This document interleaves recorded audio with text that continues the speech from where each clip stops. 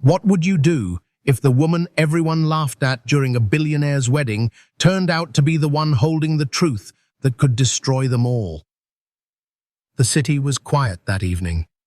Sunset had slipped away, and the sky outside Julian Carter's penthouse office was a slow bleed of navy into black. The top floor of Carter Tower, his empire's glass crown, remained lit, though the rest of the building had long gone dark. Everyone else had gone home, but not Julian. He sat still behind his oversized desk, the room so quiet he could hear the distant hum of traffic 20 floors below. In front of him lay a single white envelope. He'd been staring at it for over 20 minutes. Not opening it, not touching it, just watching it like it might explode. Eventually he sighed. Slowly, deliberately, Julian reached out, opened the envelope, and slid out the card inside. His eyes scanned the elegant gold lettering. "You are cordially invited to the wedding of Ms. Sloane Whitaker and Mr. Dominic Westwood. Crystal Garden Hotel. Saturday, 5 o'clock p.m. He didn't blink. He didn't move. He just sat there. Sloane Whitaker. The woman who once promised him forever and then left without a word. She'd vanished from his life like a ghost, leaving nothing but a text message behind. "I'm sorry. I can't do this." No explanation, no closure, just silence. And now this? A wedding invitation, to a man like Dominic Westwood, no less. A name Julian knew well. Dominic wasn't just rich, he was powerful in a different way. Whispers followed him everywhere. Money laundering, political connections, shady overseas deals. Officially, he ran a global real estate conglomerate. Unofficially, he moved behind closed doors. And now Sloane was marrying him. Julian leaned back in his chair, staring at the ceiling. It wasn't that he hadn't moved on. He had, in a way. He had poured everything into his work. After Sloane left, Julian had taken CarterPay, the mobile finance app he'd built from his one-bedroom apartment, and turned it into a fintech empire. Millions used it. Investors chased him. Tech magazines called him the quiet billionaire. He hated that term, because while the world saw a quiet man, Julian lived in the noise of everything unsaid. He wasn't the type to lash out, or drink away heartbreak, or post vague quotes online. He simply closed himself off. Tight. Until now. Until Sloane decided to put her name in gold foil and mail it to him like they were still friends. Julian tapped the invitation lightly against the desk. This wasn't nostalgia. It was a challenge. He could feel it. She wanted him to see her standing next to someone wealthier. Someone older. Someone more ruthless. He could already hear the murmurs. Sloane really traded up. Julian looks lonely. He clenched his jaw. He wouldn't give them that. If she wanted a show, he'd give her one. But this time, he'd be the one writing the script. That Saturday afternoon, Julian walked the streets of downtown alone. No security, no entourage. Just a pair of dark sunglasses, a black shirt, and the need to breathe. Despite the weight of the invitation still sitting on his kitchen counter, he found himself oddly light on his feet. The sun was high. The air was warm. For the first time in days, he wasn't thinking about money, or board meetings, or betrayal. Until he saw her. Sitting on the sidewalk outside a corner bakery was a woman who didn't seem to care about time or looks or judgment. Her name, he'd learn later, was Maya Brooks. But for now, she was just a woman eating a meat pie like it was the best thing in the world. Her clothes were faded, her sneakers scuffed, her hair tied in a messy bun. And yet there was something regal about her, not loud, not flashy, but grounded, like the world had tried to shake her and failed. Julian paused. Maya looked up. "What?" she smirked.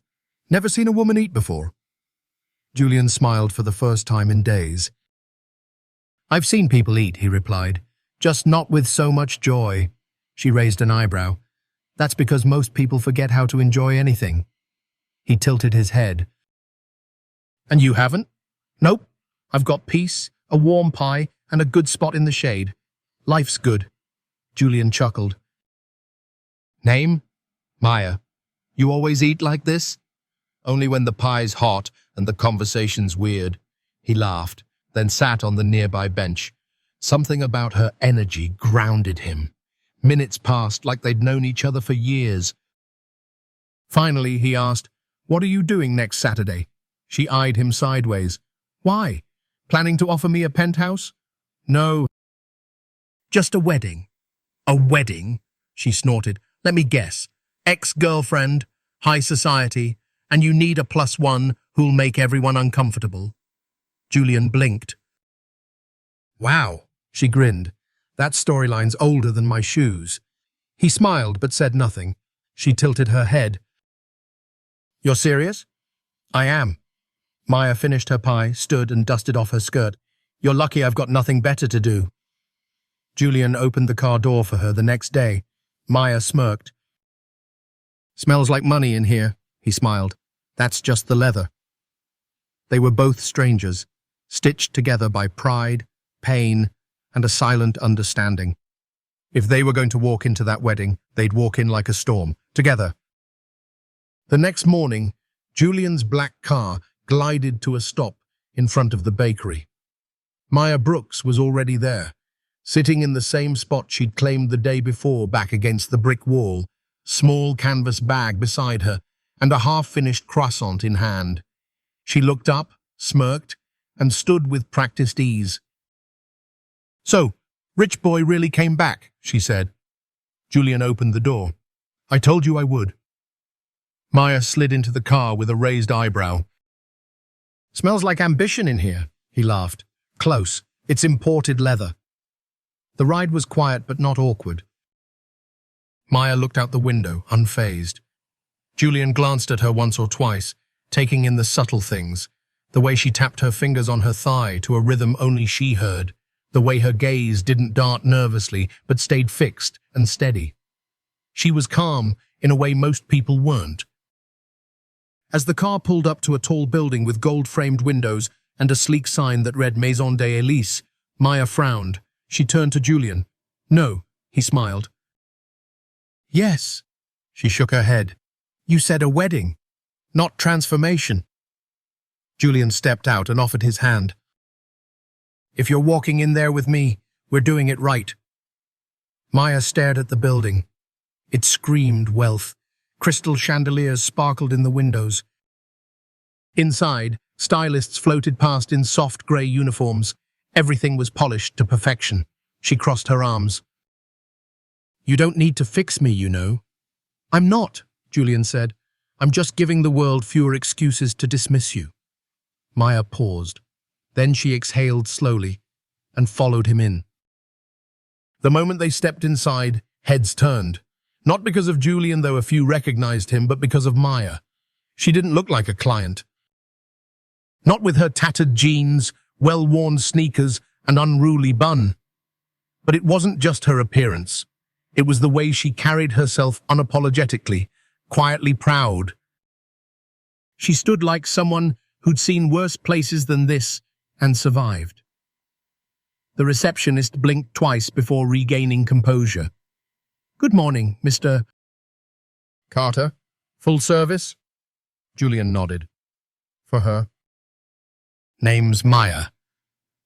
The woman behind the counter nodded quickly and made a call. Moments later, two stylists approached. "Right this way," one said softly. Maya followed them, walking like she wasn't impressed, and she wasn't. They led her into a private suite upstairs, handed her a robe, and began the process. Her hair was washed twice. A deep conditioner soaked into strands that hadn't seen kindness in months. A trim followed, not too short.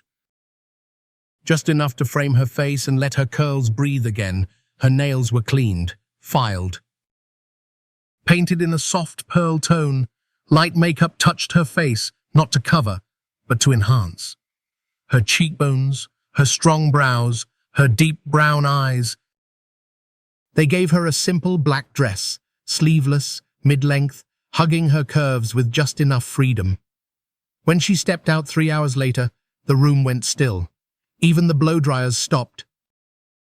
Maya stood in the doorway, not shy, not smug, just present. Her posture hadn't changed. Still straight. Still strong. But now, she looked like royalty. Not because of the dress. Not because of the heels. But because she wore her story without apology. Julian looked up from a magazine he hadn't really been reading. When he saw her, he stood slowly. "You," he started, but no words came. Maya gave him a half smile. "I know. You look like someone who—" He trailed off. "Belongs?" she finished softly. He nodded. "Exactly." Behind her, stylists whispered to each other. "She moves like she's used to this life," one said. "She has that grace," said another. Julian noticed it too, the way she thanked each stylist by name, the way she crossed her legs when she sat down. The way she smiled, not wide, not performative, but warm, knowing. He leaned toward her. "Have you done this before?" Maya's eyes flicked to the window. "Maybe," she said quietly. "A long time ago." There was a weight in her voice. Not sadness, just history. Julian didn't press, but for the first time he realized Maya wasn't just resilient, she was trained for grace, conditioned for poise, and whatever had knocked her off her pedestal hadn't broken her spirit. Later that evening, they drove back through the city in silence. Not because they had nothing to say, but because some silences are rich with respect. At a red light, Julian glanced at her. "Still feel like you don't belong at that wedding?" Maya looked out at the passing cars. "I think they're the ones who should worry now," she said. He smiled. "Good." She turned to him. "But don't expect me to smile too much. I wouldn't dream of it." In 2 days, they'd walk into the wedding of Sloane Whitaker and Dominic Westwood. Sloane had sent that invitation as a weapon, sharp, shiny, and cold. But what she didn't know was that Julian wasn't coming alone. And Maya Brooks wasn't walking in as a +1. She was walking in as a quiet storm, wrapped in black silk, and carrying something stronger than wealth. Dignity. The Crystal Garden Hotel had never looked more extravagant. Lush arrangements of ivory roses curled around golden pillars. Crystal chandeliers shimmered above silk-draped tables. Strings of soft, classical music floated through the grand ballroom like a whisper of wealth. It was the kind of wedding people talked about long before it happened and long after it ended. Inside, the city's elite laughed politely over chilled champagne.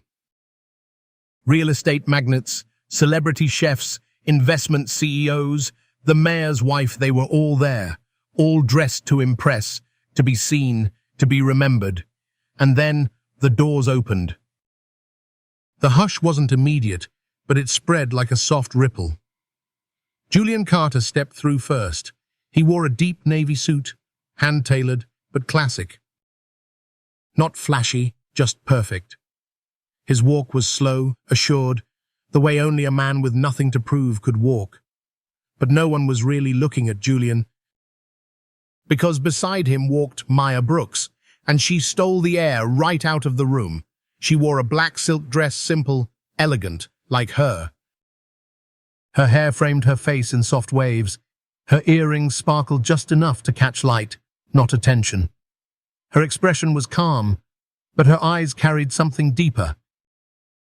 Power, not the loud kind, the kind that doesn't beg to be acknowledged but demands it anyway. As they moved forward, heads turned, glasses paused mid-air, murmurs started and then softened as people leaned toward one another. "Who is she? Where did she come from? She's stunning.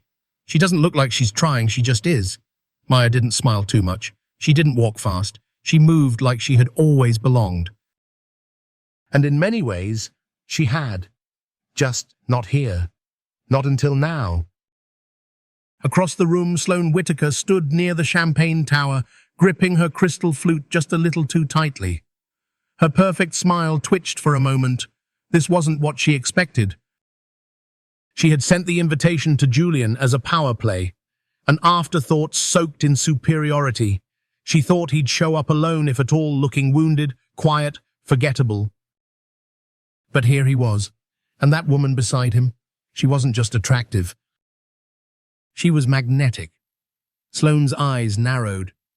She touched the side of her dress and forced her jaw to relax, schooling her expression into polite curiosity. But inside, she was spiraling. Julian leaned toward Maya as they approached their table. "You're stealing the whole show," he whispered. Maya didn't look at him. She kept walking, chin just slightly lifted, voice soft. "Good," she said. "Let her feel it." Their table was near the center, directly across from Sloane and her soon-to-be husband, Dominic Westwood. Dominic, in his late 50s, was tall, silver-haired, and visibly powerful, the kind of man who smiled without warmth and shook hands like a dare. He spotted Julian and gave a polite nod. Then he saw Maya, and for the briefest moment something flickered in his eyes. Recognition, uncertainty, discomfort. It was gone in a second. But Maya noticed. She always noticed. They sat. Julian accepted a glass of wine. Maya chose juice. She held her glass calmly, her hands steady, her back straight. People passed by their table, some curious, some cautious. A few stopped to say hello to Julian. But none could stop glancing at Maya. Her presence wasn't loud, it was anchoring, like she was the only real person in a room full of characters playing parts. She didn't try to impress. She didn't shrink to fit. She simply existed, and that was more than enough. From across the room, Sloane watched every movement. She laughed a little louder. She clung to Dominic's arm a little tighter. But her smile was glass, thin, fragile. Dangerous. She whispered something to a woman beside her, then looked back at Maya. And for the first time in years, she felt small. Because Maya didn't try to outshine anyone. She simply refused to be dimmed. Later that evening, as waiters floated by with gold trays and music drifted back into the air, a prominent media executive leaned over to Julian and said quietly, "Your date, she's something else." Julian glanced at Maya, who was mid-conversation with a local councilwoman, listening intently, nodding with purpose. He smiled. "She's not my date," he said. "She's the one they'll all remember," and she was. Not for what she wore, but for how she walked into the room. Not to make noise, not to make war, but to remind everyone, including Sloane, that elegance, confidence, and quiet power can't be bought. It must be lived. And Maya Brooks? She didn't just walk in like she belonged. She walked in like the room had been waiting for her all along. The wedding reception buzzed with soft music and curated laughter, but beneath the glamour, something tense hummed in the air. Maya Brooks could feel it, the weight of unspoken words. She sat beside Julian Carter at the elegantly decorated table, sipping her juice while effortlessly holding her own in conversation with a tech founder on her left and a city councilwoman on her right. Every word she spoke had purpose, every glance measured. But across the ballroom, Sloane Whittaker had stopped pretending. The bride's radiant smile had thinned into a tight line. From the moment Julian and Maya walked in, all eyes had shifted. Not to the dress, not to the floral arrangements, not even to the couple saying, "I do." All eyes were on the wrong woman. The woman in black silk who didn't try to shine, she simply did. Sloane's stomach turned every time someone leaned toward her and whispered, "Who is she?" She had invited Julian to prove a point. Now it was Maya who was proving one without saying a word. Finally, Sloane couldn't take it anymore. She handed her wine glass to a nearby waiter, smoothed the front of her couture gown, and walked across the ballroom toward Julian's table, every step practiced, every movement dripping with calculated poise. Julian saw her coming. He stood, polite but unreadable. Maya? She didn't even flinch. "Julian," Sloane said softly, her smile rehearsed. "Can we talk? Privately?" Julian hesitated, then nodded. "Excuse me a moment," he told Maya. Maya offered a small nod, didn't rise, didn't even look surprised. She simply turned back to the conversation she was in, as if nothing could rattle her peace. It was the perfect answer. Sloane led Julian to a quiet corner just outside the ballroom, near the terrace lined with fairy lights. The door clicked shut behind them. "I just wanted to check on you," she said sweetly. "You've been quiet these past months. I was worried." Julian raised an eyebrow. "Worried?" "Well," she continued, voice delicate, "you've always had such a kind heart. You feel deeply, and I know how badly I hurt you. So when I saw you walk in tonight with her, I just wondered—" Julian tilted his head. "Wondered what?" "If you were okay. If she's using you." "You're vulnerable, Julian. She looks clever. I'm just trying to protect you." There it was. The concern wrapped in condescension, the classic Sloane. Julian took a deep breath. "You're worried she'll break my heart?" he asked. She nodded slightly. "I mean, you barely know her." Julian looked at her for a long moment. Then, calmly, he said, "That's rich, coming from the one who already did." Sloane's smile faltered. "I'm not the one who disappeared," Julian continued. "I didn't send a 10-word text and vanish. You made your choice, and you don't get to care now." Her eyes narrowed. "You think she's better than me?" Julian didn't answer right away. "Then, I think she's real, and I think she walked in here with more grace than this entire ballroom combined." Sloane crossed her arms. "She doesn't belong here." Julian smiled faintly. "That's funny. Everyone in that room seems to think otherwise." "You don't know her, Julian," she said coldly. "You don't know where she came from." "No," he said, voice still calm. "But I know who she is." And that was the end of it. Back inside the ballroom, Maya was still seated, sipping from a glass of water now, exchanging thoughts with a local university dean about urban entrepreneurship. She didn't look around for Julian. She didn't fidget. She simply waited, confident that he'd come back. And he did. When he returned, he didn't say anything. He just sat beside her, leaned in slightly and whispered, "You were right." Maya smiled, still facing forward. "Always am." Meanwhile, across the room, Sloane stood frozen for a moment, surrounded by everything she had designed to be perfect. And yet, she'd lost the only audience she had actually wanted. The rest of the night continued like a dream unraveling. Julian and Maya mingled. They laughed. Maya stole attention without trying. She moved through the crowd like someone who knew the terrain and knew her worth. Even Dominic Westwood, Sloane's new husband, raised an eyebrow as Maya passed and turned to his wife. "Is she an investor?" Sloane didn't answer. Because she didn't know. Because Maya was a mystery, and tonight that made her dangerous.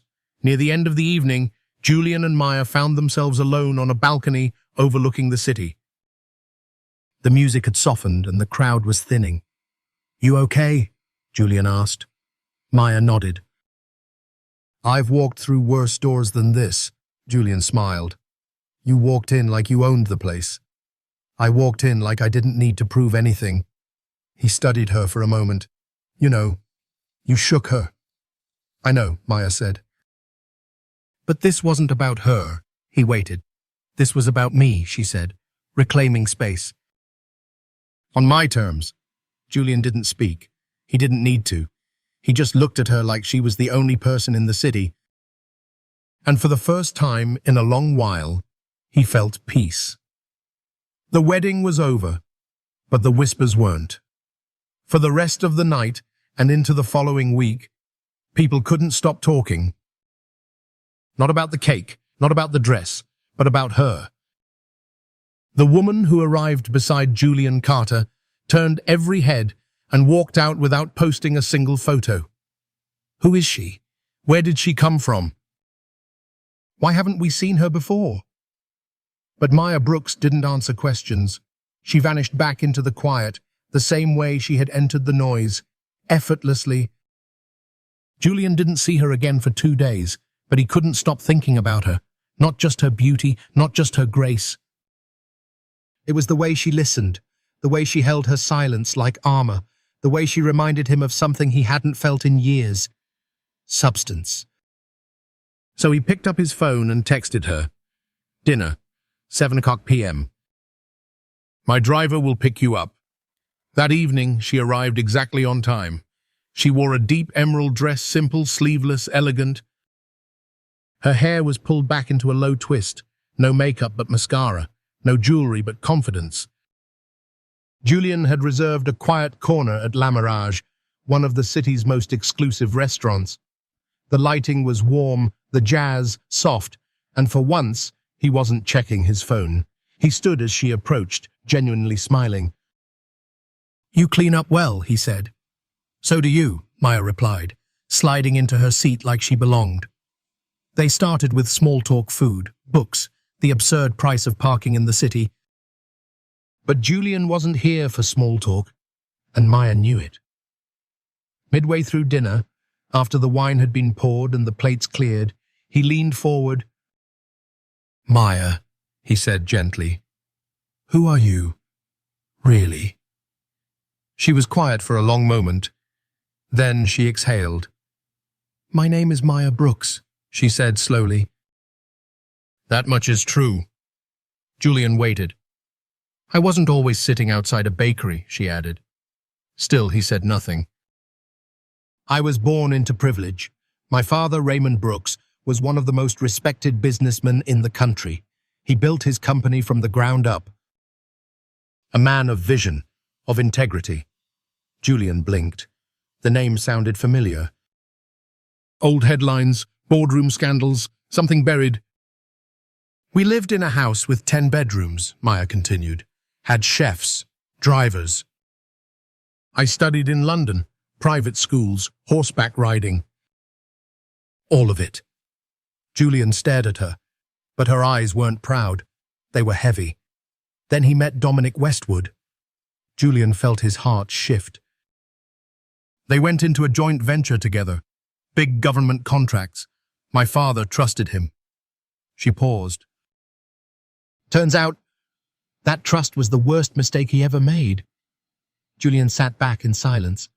Maya's voice remained calm, but he could feel the restraint behind every syllable. Dominic moved money, falsified reports. When the audit came, he pinned it all on my father. The media tore him apart.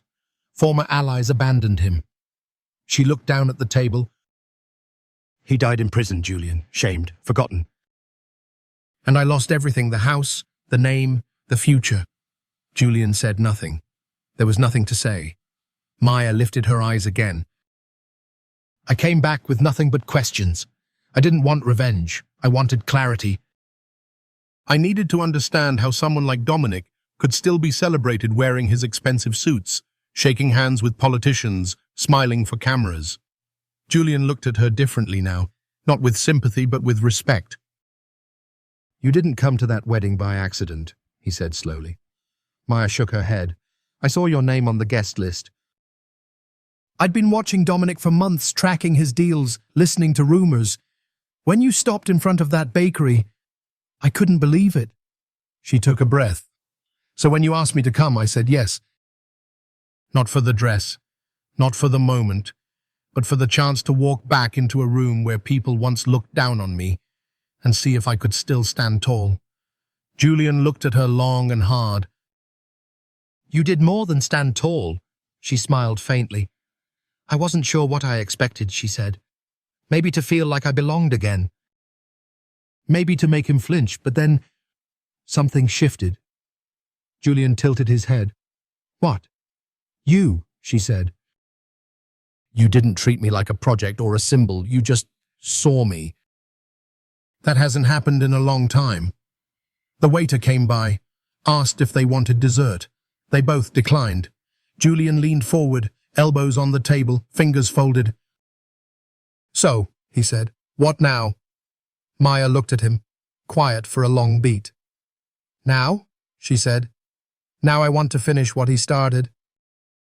I want the truth to come out, not in a courtroom, but in a room full of people who once believed a lie." Julian nodded. "I can help," he offered. Maya met his gaze. "I believe you." They walked out of the restaurant into the cool evening air. The city lights flickered like a promise. Traffic murmured below. Somewhere, a street musician played an old Marvin Gaye tune. Julian turned to her. "I don't know what this is between us," he said. "But I know it's real." Maya didn't reply right away. Then she whispered, "Let's not label it." Julian chuckled. "Fair enough." They stood there a moment longer, in the quiet, not touching, not rushing. Just existing. And in that silence, Julian Carter knew this wasn't about a wedding anymore. This was about truth. And the woman beside him wasn't just a mystery. She was a revolution waiting to happen. For the first time in years, Julian Carter had a mission that wasn't about profit. It wasn't about power. It wasn't about revenge. It was about truth. And it started with a name. Raymond Brooks, the man whose legacy had been buried under lies, while the man who destroyed him still drank champagne with politicians. Julian didn't sleep much that night. He sat in his penthouse study long after Maya had gone home, reviewing old headlines and public court documents. Most were vague, some were redacted. But one thing was clear. Dominic Westwood had walked away clean. Too clean. The next morning, Julian called his most trusted assistant, Ethan Monroe. "Her name's Maya Brooks," he said over the phone. "I want everything.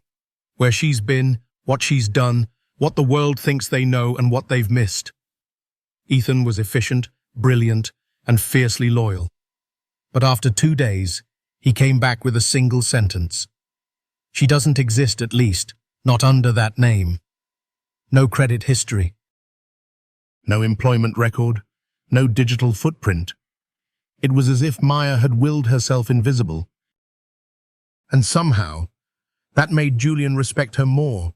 He reached out again. This time, he didn't ask for her past. He asked for her plan. They met on the rooftop of his building, a quiet space with string lights and wide views of the city skyline. Maya arrived with a folder tucked under her arm. She didn't dress up, she didn't wear makeup, but she looked ready. Julian poured 2 cups of tea. No wine, no candles. Just focus. Maya opened the folder.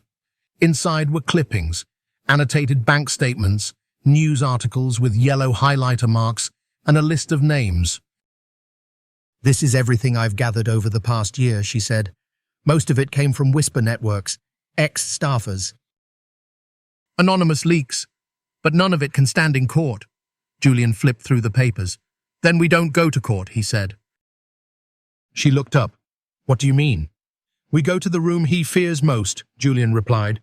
"The one full of people who still believe he's untouchable." Maya blinked. "You mean expose him socially?" "Exactly." Julian leaned forward, eyes sharp. "We bring the truth not to the police but to the elites. His investors, his peers, his donors, the ones whose trust built his empire. And once we take that trust away, it all falls," Maya finished. And so it began. They started by building a small secret team all off the books. A retired forensic accountant who once audited Dominic's company.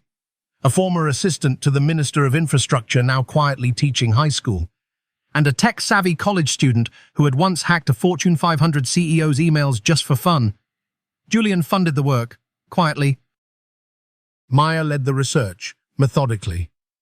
Every afternoon, she took over a small office 2 floors below Julian's main suite. She didn't want fancy. She wanted quiet. Day by day, the puzzle came together. Bank wires that didn't match official records. Invoices from shell companies with identical timestamps. Emails recovered from forgotten backups, some half-deleted, others fully damning. And then, the moment that changed everything. A voice memo. A man's voice, cold, calculating, captured during a conversation in a long-forgotten boardroom. If Brooks takes the fall, the rest holds. He signs, we're protected. And let's face it, he's clean, too clean. No one will believe he had no idea. Julian recognized the voice instantly. Dominic Westwood. The file had been buried in the hard drive of an old executive laptop. The timestamp matched the month Raymond Brooks was arrested. Maya played the recording 3 times. The third time, she didn't blink. I knew he did it, she said quietly. But hearing it, Julian said nothing. He just reached over and covered her hand with his. You're not alone anymore. They kept going. For weeks, they worked late into the night. Sometimes they sat in silence, side by side, reading old reports. Other nights, they laughed, surprised by how absurd some of Dominic's cover-ups had been. One evening, Maya caught Julian staring at her as she muttered to herself over a spreadsheet. What? She asked, raising an eyebrow. You're brilliant, he said. She rolled her eyes. Don't get soft on me, Carter, he smiled. Too late. But neither of them said the word love. Not yet. This wasn't about romance, not yet. This was about redemption. And that needed its own room. 3 weeks in, Julian stood by the window of his office holding the final printout. We have enough, he said. Maya joined him, her hands folded. Then it's time, she said. To go public? She shook her head. To go deliberate. They chose the Founders' Dinner, an annual private event hosted by the city's most influential business leaders. Dominic would be there, of course. He was always there. Always at the center. This time, he wouldn't see it coming. Julian would request the mic. Maya would press the button on the projector. The file would play. The emails would flash. The truth would spill into the marble room like ink on white silk. You're sure? Julian asked. Maya didn't blink. I've been sure for years. That night, as she left the office and stepped out into the cool air, Julian called after her. Maya. She turned. However this ends, thank you for trusting me. Maya looked at him for a long time, then said softly, I didn't. Not at first. But now, I trust you more than I trust myself. And with that, she walked into the darkness. But this time, it wasn't to hide. It was to finish what her father started. The Founders' Dinner was not publicized. It didn't need to be. Everyone who mattered in the city knew where to be and when. No invites were mailed. No press releases sent.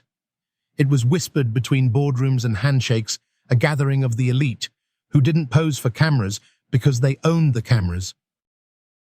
The venue was the Marlowe Grand, a place so private, even its catering staff signed NDAs.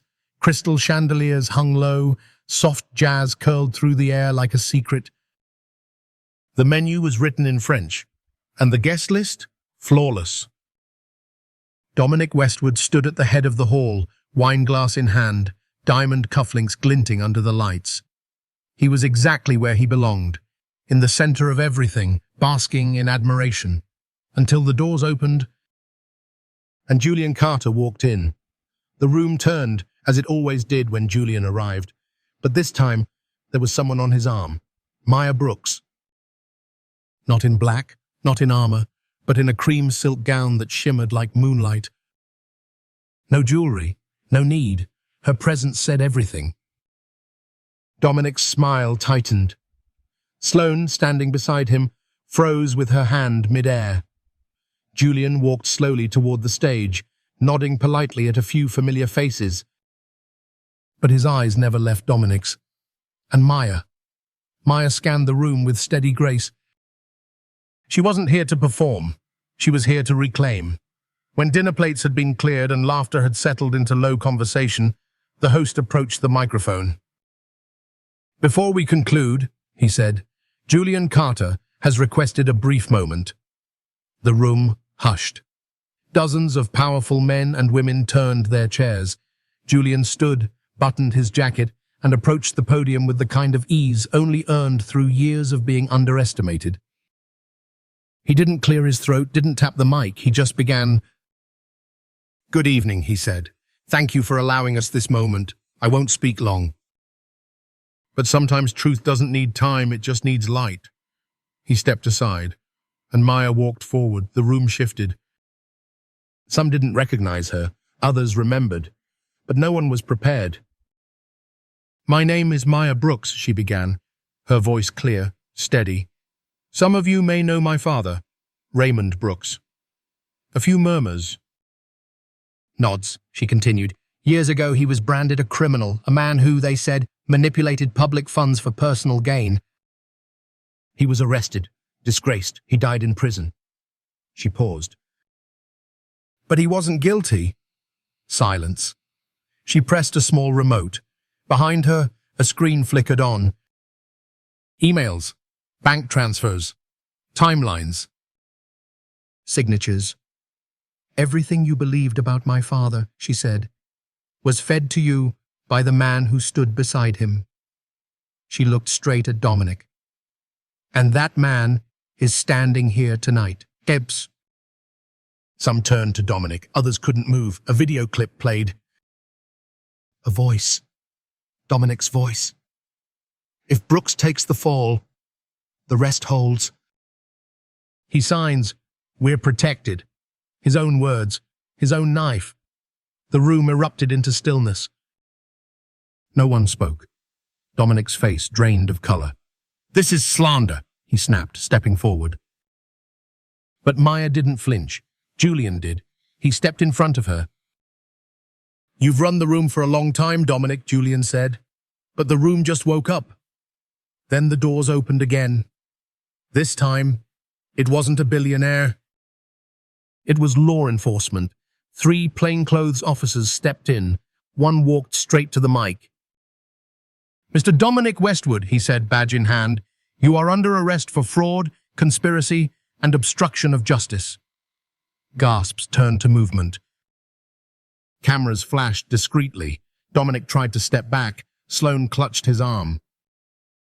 "Do something," she whispered. He couldn't. He was cuffed in front of the very people who once toasted him. As he was led away, he passed Maya. She didn't look angry. She didn't look triumphant. She looked finished, and that was the most powerful look of all. The room remained frozen for another full minute. Then a slow ripple of movement. Guests adjusting ties. Whispers traded. And Julian, ever composed, returned to Maya's side. "You okay?" he asked. She exhaled. "For the first time in a long time," she said. "Yes." Later, as they stood by the balcony overlooking the city, Maya didn't say much. Julian handed her a glass of water. "I thought I'd feel louder," she said. "You don't need volume," he replied. "You've already changed the room." She smiled faintly. "I didn't do it alone." "No," he said. "But you did it." News spread by morning. Billionaire Dominic Westwood arrested at elite dinner. Woman reveals truth about father's wrongful conviction. The return of Maya Brooks. And yet, she didn't give a single interview, didn't write a blog, didn't tweet a quote, didn't post a photo. Because some victories aren't for the world, they're for the soul. In the following weeks, Maya quietly visited her father's resting place. She brought no flowers, just a folded newspaper clipping, and whispered, "They know now." The wind moved softly through the trees, and in that moment, everything was still. Everything was true. Justice had been served. The headlines were bold. The networks buzzed. Commentators dissected every second of the dinner where Dominic Westwood's empire collapsed in front of the very people who once revered him. But Maya Brooks wasn't looking for applause. She was looking for silence, and after all the noise, she finally had it. No more whispers about her father.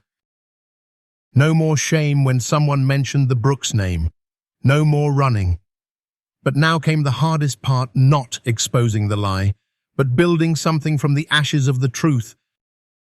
She stood in a small office space 2 weeks later, sunlight pouring through the dusty windows, paint still peeling from the walls. Julian stood beside her. He held the lease in one hand, a cup of coffee in the other. "This is it?" he asked, looking around at the outdated fixtures and chipped tile. Maya nodded. "It's not much," she admitted. "But it's mine." Julian looked at her for a moment, then smiled. "It's perfect." She gave him a quiet smile and stepped farther into the room, her fingers trailing along the empty desk, the old filing cabinet, the cracked whiteboard hanging lopsided on the wall. To anyone else, it was a forgotten corner of the city. But to Maya, it was a beginning. She called it the root. Because every strong tree starts there beneath the surface, in the dark, before anyone sees the growth. Her mission was simple. Teach young women the tools of independence, not just theory but survival. Digital skills, financial literacy, business planning. How to open a bank account, how to apply for a grant, how to say no without guilt. How to walk into a room and hold your ground with or without a title. Julian offered to fund it all. She declined. "I want this to grow from my hands," she said, "not yours." He didn't argue. He understood. Instead, he supported from the sidelines. He helped her connect to grant networks, introduced her to policy advisors who listened more than they spoke. And once a week, he brought her coffee. No fanfare, no headlines. Just two people who had walked through fire and now watered something new. The first class had 6 students, all women, all under 30. One had aged out of foster care. One was recovering from divorce. Another had fled a city where her voice had never been heard. Maya didn't teach from a podium. She sat with them, talked with them, told them about things schools never do, like how your name will sometimes speak before you do, and how to change the way a room listens when it does. She shared parts of her story, never for sympathy, always for strength. And slowly, the stories came back. The woman who'd slept in her car while finishing community college. The one who'd started a soap business using TikTok and borrowed Wi-Fi. The one who'd lost her job after having a baby and was now building a virtual bookkeeping firm from home. Maya listened to everyone, and she knew this was her purpose. Julian watched it all unfold from a distance. He didn't ask her to be his. He didn't pressure her to move in.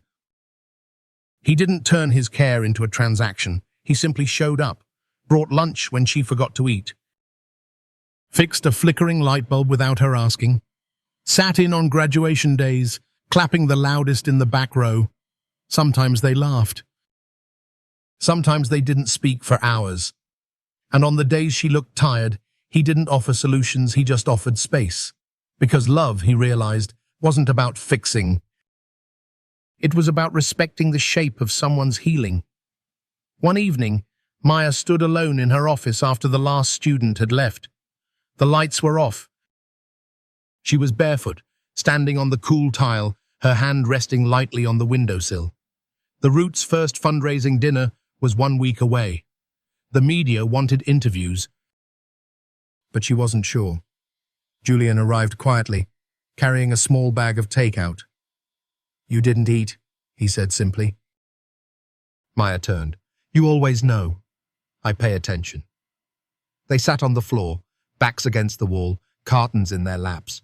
For a while, they just ate in silence. Then Julian said, "You ever think about what's next?" She nodded. "All the time." "And?" "I don't want to grow this just for women like me," she said.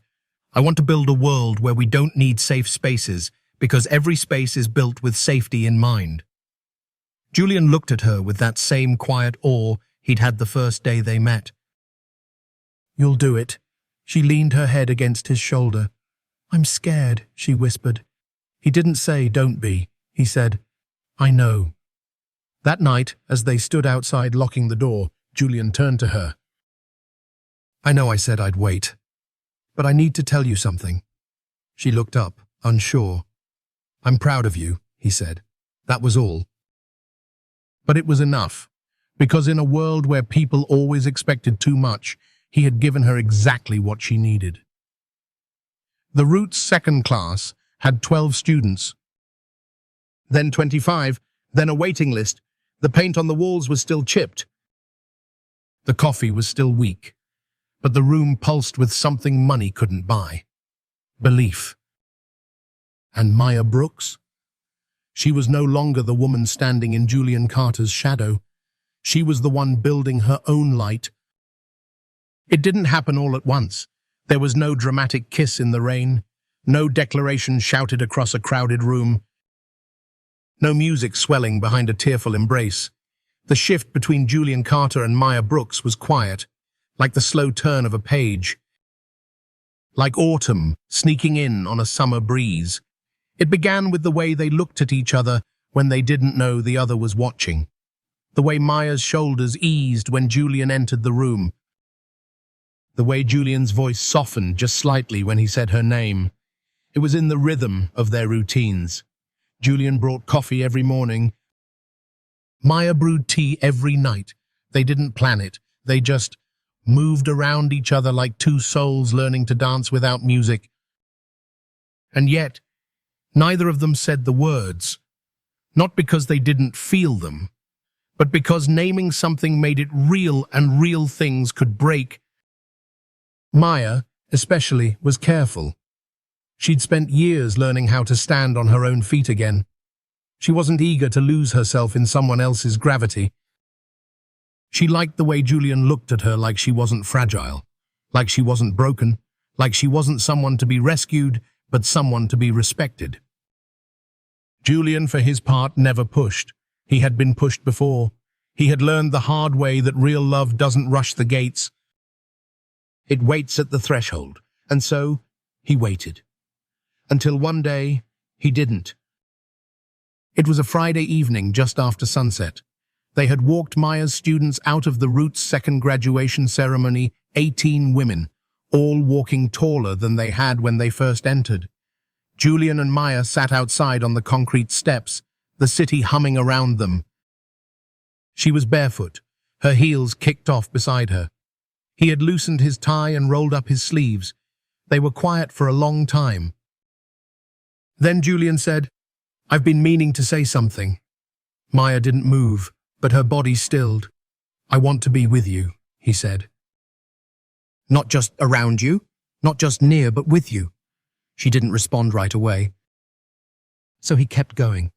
"I know it started strange. You were hurting." "I was hurting. But this isn't about Linda anymore. This isn't about proving anything." He looked at her. "You're not a rebound, Maya. You're a revolution." That made her turn, but not smile. Instead, she looked at him, truly looked at him, and said softly, "What if I don't know how to be with someone and still be me?" Julian didn't blink. "Then we figure it out, together." They didn't kiss that night. They just sat a little closer, and Maya let her shoulder rest against his. That was all. But it was everything. The weeks that followed were slow and intentional. Maya still lived in her own place, a small, modest walk-up with creaky stairs and sunlight in the mornings. Julian offered to have it renovated. She declined. "It keeps me grounded," she said. He respected that, though sometimes he sent her little upgrades, a new kettle, a stronger Wi-Fi router, a painting he found in a vintage shop that reminded him of her. She accepted them with a mix of annoyance and gratitude. "You're impossible," she'd mutter. "You're irresistible," he'd counter. But they never lost the rhythm. They didn't announce a relationship, didn't change their Facebook status, didn't tell their friends. They simply showed up again and again. Maya learned that she could lean on someone without collapsing. Julian learned that he could love someone without needing to protect them. They were partners. Not puzzle pieces, but pillars, side by side. But even quiet love isn't without friction. One night, Maya was speaking at a business conference. Her session drew the biggest crowd. Her delivery was calm, brilliant, laced with hard-earned wisdom. Afterward, a group of industry leaders surrounded her. One, a well-known former senator, asked for a private coffee. Another, a wealthy venture capitalist, praised her poise and grit. Julian stood nearby, proud, until one of the men touched Maya's shoulder just a second too long, just a little too familiar. Later that night, he didn't say anything. But Maya noticed. "You're quiet," she said as they rode home in silence. Julian exhaled. "Do I need to be worried?" She looked at him evenly. "Do you trust me?" "I do." "Then act like it." That should have been the end, but Julian, despite all his patience, was human. "I just don't like the way some of them look at you," he admitted, "like they're waiting for a chance." Maya folded her arms. "And how exactly should I change that?" "Be smaller? Smile less? Decline invitations?" "No," he said quickly. "That's not what I meant." But the damage lingered. Not in anger and memory. Because Maya had spent too long shrinking herself for men who claimed to love her. She wouldn't do it again. Not even for Julian. They didn't talk for 2 days. Then, on a rainy afternoon, he showed up at her door, soaked to the bone, holding takeout. "I overstepped," he said. Maya didn't say anything. She just let him in. He placed the food on the counter, took off his coat, and stood there awkwardly. "I'm not jealous," he said. "I'm scared." She looked at him. "Of what?" "Of losing you, of messing it up. Of being the next man who makes you feel small, when all I want is to make you feel safe." Maya softened, and in that moment, something shifted again. Because love isn't always comfortable. But real love? It learns. That night, they sat on her couch barefoot, eating noodles from paper boxes. Julian leaned his head back. "I never imagined I'd fall in love at someone else's wedding." Maya laughed. "I never imagined I'd fall in love in a bakery parking lot." He looked at her. "You're in love?" She raised an eyebrow. "You said it first." He smiled. "Say it anyway." Maya sighed, then leaned over, kissed his cheek and whispered, "I'm in love with you, Julian Carter." Not because he rescued her. Not because he was rich, but because he waited at the door until she opened it herself. And when she did, he didn't try to own her. He just stood beside her, exactly where she needed him to be. The morning started with rain, not a storm. Just a soft, rhythmic tapping on the windows, like the sky itself was whispering, "Take your time." Maya Brooks stood barefoot in the bathroom, wrapped in a towel, her hair still damp. In her hand was a small white stick. 2 pink lines. Her breath caught. She didn't cry. She didn't shout. She just stared. As if the world had tilted not in chaos, but in quiet, reverent awe. She walked out into the living room, the city still asleep beyond the windows. Julian sat on the couch, glasses on, reading. Maya sat beside him, leaned gently against his side. "I have something to tell you," she said. Julian lowered the book. "Good news or bad?" She took his hand, placed it gently on her belly. His eyes widened, then again, then again. "No way," she nodded, smiling the kind of smile you only give when the universe gives something back you thought it had taken. Julian pulled her into a hug so tight she could barely breathe. "You're serious?" he whispered. She nodded into his chest, and they laughed, not loud, but deep. The kind of laugh that comes from healing, from wonder. That night, as they stood by the window, watching the rain fall softly against the glass, Maya whispered, "From the street to this." Julian kissed her temple. We created a new story. 9 months later, their home was filled with the sound of baby laughter. Not one voice, 2. Twins, a boy and a girl. Maya called it life's way of doubling every blessing they thought they'd missed. She held them close in the early mornings, rocking them gently while whispering stories about her father, about the bakery, about the night she walked into a wedding and walked out with everything she didn't know she needed.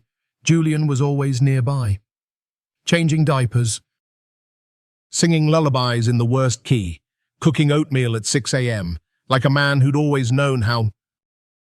He wasn't perfect, but he was present. And for Maya, that was everything. They raised their children in a house not filled with gold, but filled with truth. The kitchen always smelled like cinnamon. There were paint stains on the patio where Maya let the kids finger paint every Sunday. Julian installed a swing in the backyard before the babies could even walk. Friends visited often, not the press, not the influencers, just people who knew what it was like to lose and choose to love again. The route continued to grow, expanding into 3 cities. Maya didn't put her name on the sign. She didn't need to. The women who walked out of those classrooms stood taller than they ever had, and that was the only signature she needed. Julian continued building quietly behind the scenes, but he never let it pull him away from home for too long. He'd built empires. Now, he built breakfast. One evening, after putting the twins to bed, Maya sat on the porch, a mug of tea in her hands. Julian joined her, tossing a blanket over their laps. The stars were out. The night was still. "I keep thinking about that girl sitting outside the bakery," Maya said softly. Julian smiled. She had opinions. "She didn't know if anyone would ever really see her again," Maya whispered, "let alone love her." He looked at her. "I saw you the moment you looked up." She turned to him. "I know." They sat in silence. Then Maya asked, "Do you regret any of it?" Julian thought for a long moment. "No," he said, "because every heartbreak led me here, and here is home." They didn't need vows anymore. Not in church, not under chandeliers. Their love had been lived, not staged. Built day by day, breath by breath. It was in the way he warmed her tea without being asked, the way she picked the parsley out of his pasta without telling him, the way they could be silent for an hour and still feel heard. They didn't complete each other. They complemented each other. He didn't save her. She didn't fix him. They simply chose each other every morning, every night. Through healing, through growth, through the holy work of raising little humans with big eyes and messy hands. Years later, Maya stood on stage at a youth conference. Thousands listened, but she didn't tell the full story. She didn't need to. She said this instead: "Power doesn't come from proving yourself. It comes from knowing yourself. And love, real love, will never ask you to trade who you are for who someone else wants you to be. It will simply say, 'Come as you are, and let's go together.'" And somewhere in the back of the room, Julian watched with a full heart. Still her partner. Still her witness. Still her home. And as Maya stepped off stage and into his arms, she whispered, "Thank you for never trying to carry me." Julian kissed her gently. "I just walked beside you." The end. But for Maya and Julian, it was only the beginning. In a world obsessed with success and image, Julian Maya reminds us that true strength often comes from quiet resilience, not grand gestures. The story speaks to anyone who's ever been betrayed, silenced, or underestimated, and shows that healing doesn't always begin with someone else saving us. Sometimes it begins the moment we choose to stand back up, not for revenge, but for ourselves. Maya didn't need to be rescued. She needed to be seen. And Julian? He didn't offer control, he offered presence. Together, they teach us that love, at its best, is not about fixing each other, but about walking side by side through the storms, the silences, and the rebuilding. For older Americans who've lived through both loss and love, this story isn't fantasy, it's familiar. It reminds us that it's never too late to reclaim dignity, to find new purpose, or to choose someone who sees all of you not as broken, but as becoming. Because sometimes, the most powerful homecoming is the one where we finally come home to ourselves,